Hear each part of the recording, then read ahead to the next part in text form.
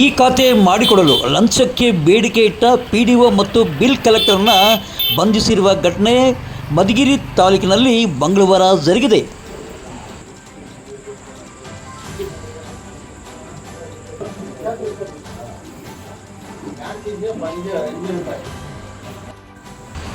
ಆಸ್ತಿ ಖಾತೆ ಮಾಡಿಕೊಡಲು ಲಂಚ ತೆಗೆದುಕೊಳ್ಳುವ ಸಮಯದಲ್ಲಿ ಪುರವರ ಹೋಬಳಿಯ ಅಂದರೆ ಮಧುಗಿರಿ ತಾಲೂಕಿನ ಪುರವರ ಹೋಬಳಿಯ ಕೋಲ್ಲಾಪುರ ಗ್ರಾಮ ಪಂಚಾಯಿತಿ ಪಿಡಿಒ ಪುಂಡಲಿಂಗ ಬೊಮ್ಮಗೊಂಡ ಮತ್ತು ಬಿಲ್ ಕಲೆಕ್ಟರ್ ಹನುಮಂತರಾಯಪರನ್ನು ಲೋಕಾಯುಕ್ತ ಪೊಲೀಸರ ಬಲೆಗೆ ಸಿಕ್ಕಿಬಿದ್ದಿದ್ದಾರೆ.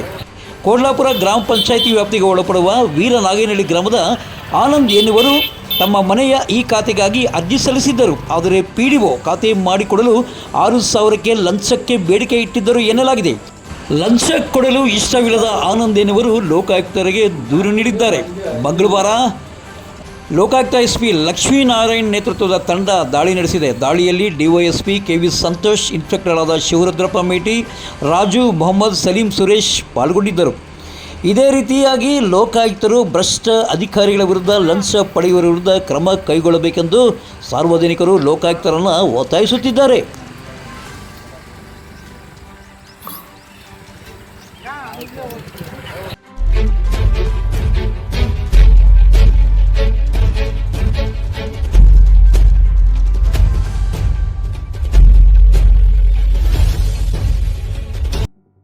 ಪಾವಗಡ ತಾಲೂಕಿನಲ್ಲಿ ಉದ್ಯೋಗ ಖಾತ್ರಿ ಯೋಜನೆಯನ್ನು JCBಯಿಂದ ನಿರ್ವಹಣೆ ಮಾಡಿ ಗುತ್ತಿಗೆದಾರರು ಮತ್ತು ಅಧಿಕಾರಿಗಳು ಕಮಿಷನ್ ಹಣವನ್ನು ಜೇಬಿಗಿಳಿಸ್ತಾರೆ ಅನ್ನೋದು ಈಗ ರಾಜಾರೋಷವಾಗಿ ಎಲ್ಲರಿಗೂ ತಿಳಿದಂಥ ವಿಚಾರ.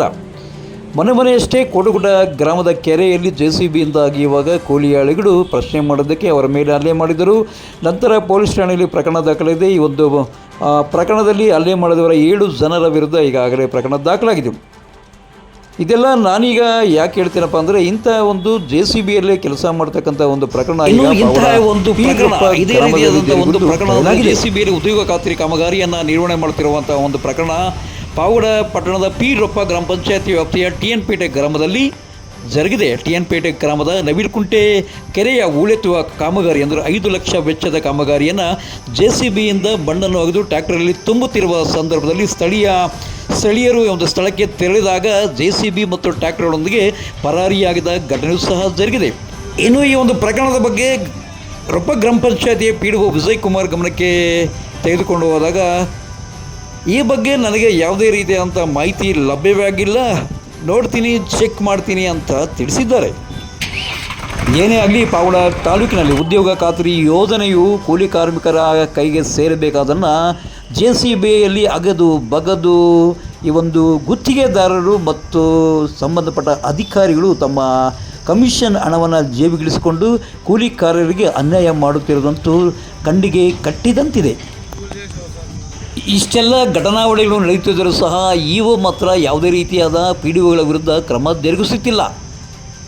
ಸದ್ಯ ತುಮಕೂರಿನ ಜಿಲ್ಲಾ ಪಂಚಾಯತಿಯ ಖಡಕ್ ಅಧಿಕಾರಿ CEO ಪ್ರಭು ಅವರಾದರೂ ಇಂಥ ಒಂದು ಪ್ರಕರಣಗಳ ಬಗ್ಗೆ ಗಮನ ಹರಿಸಿ ಉದ್ಯೋಗ ಖಾತ್ರಿ ಯೋಜನೆಯನ್ನು ಉಳಿಸ್ತಾರೆ ಅನ್ನೋದನ್ನು ನಾವು ನೀವೆಲ್ಲ ಕಾದು ನೋಡೋಣ.